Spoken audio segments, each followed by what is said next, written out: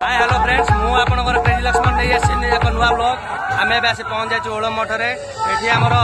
माछुआ बजार कटक से भाई मैंने अच्छा देखी दिंतु ये भाई मैंने आसुँच बहुत सेवा दौरान आम मानक आम नुआ इंट्रोड्यूस कर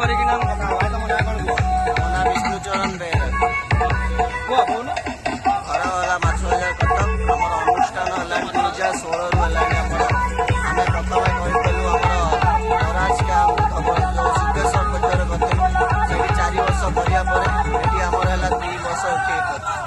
ठीक अच्छे भाई भल लगुच आम भक्त खाऊन आम खुशी हो अनुभव करूँ से जेहेतु बहुत दूर आसिकिना साहय सुजोग कर साई भाई बने बोली से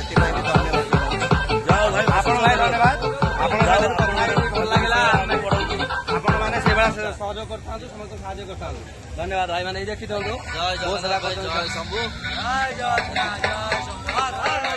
ये हूँ माछुआ बजार अनुष्ठान नुआ कैंप ये 4 वर्ष है बहुत गुटे सेवा दूसरे लोक मान बहुत गुटे लोक भी सेवा पाँच ये भाई मैंने खाऊँ बर्तमान भाई केमी लगुच